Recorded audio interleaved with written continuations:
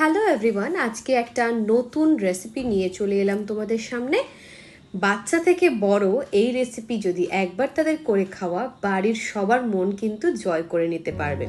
চলো দেখে নিই আজকের রেসিপিতে আমাদের কি কি লাগছে। প্রথমে আমি এখানে একটা কোকোনাট বিস্কিটের প্যাকেট নিয়েছি, যেখানে 20 থেকে 22টা বিস্কিট ছিল। তোমরা যে কোনো মিষ্টি বিস্কিটের প্যাকেট ব্যবহার করো। এখানে অ্যাড করে দিচ্ছি 1 টেবিল স্পুন মতো মেল্টেড বাটার। বাটারটাকে বিস্কিটের ক্রামের সাথে ভালোভাবে মিক্স করে নিতে হবে, যাতে সব কিছু একেবারে মিশে যায়। নিয়ে নেব 250 গ্রাম মতো ফুল ক্রিম পনির।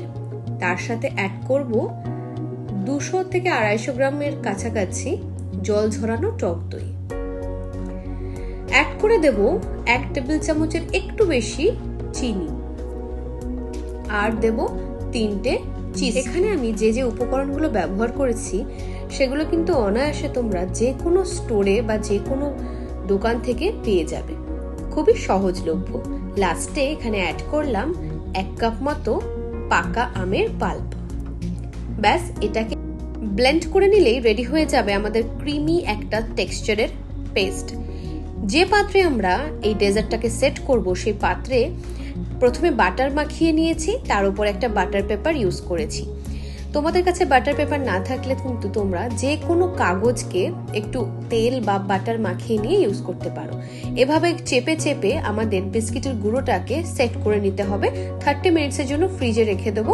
তারপরে আমি এর ওপরে 2 টেবিল চামচ মতন ম্যাঙ্গো জেলি ইউজ করব। ভালোভাবে চারিদিকে একটা লেয়ার ক্রিয়েট করে নেব। কিছুক্ষণ আগে যে পেস্টটা আমরা তৈরি করলাম, দেখো কি সুন্দর একটা ঘন ক্রিমি টেক্সচার দিয়ে তৈরি হয়েছে। পুরো মিশ্রণটাকেই কিন্তু সাইড বাই সাইড প্রত্যেকটা কোণায় ভালোভাবে সমানভাবে মিক্স করে সেট করে নিতে হবে। একটু ট্যাপ করে নেবে, যদি কোনো বাবল বা হাওয়া থাকে সেটা বেরিয়ে যাবে। লাস্টের ওপরের লেয়ারে আমরা ইউজ করছি ম্যাঙ্গো পিওরে। এটা কিছুই না, একটা যে কোনো আমের শাঁস বার করে নিয়ে একটু মিক্সি জারে ব্লেন্ড করে নিলেই রেডি হয়ে যাবে এই আমের পিওরে।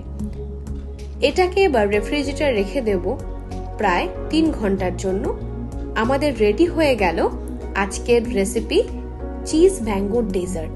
তোমাদের আমি একটা কাট করে দেখাচ্ছি লেয়ার বাই লেয়ার কি সুন্দর এটা তৈরি হয়েছে। অসাধারণ খেতে হয়েছিল। তোমরা যদি বাড়িতে না বানাও তাহলে বুঝবে না এত দারুণ যে খেতে হয়েছিল, দোকানের থেকেও ভালো। নিশ্চয়ই বাড়িতে বানিয়ে সবাইকে খাইও, আর আমাকে কমেন্টে জানিও তোমাদের রেসিপিটা কেমন লাগলো। অনেক ধন্যবাদ ভিডিওটি দেখার জন্য। এরকম নিত্য নতুন রেসিপি দেখার জন্য কিন্তু অবশ্যই আমার পেজটিকে ফলো করে দিও, আর সম্ভব হলে একটা লাইক করে দিও, কমেন্ট করো।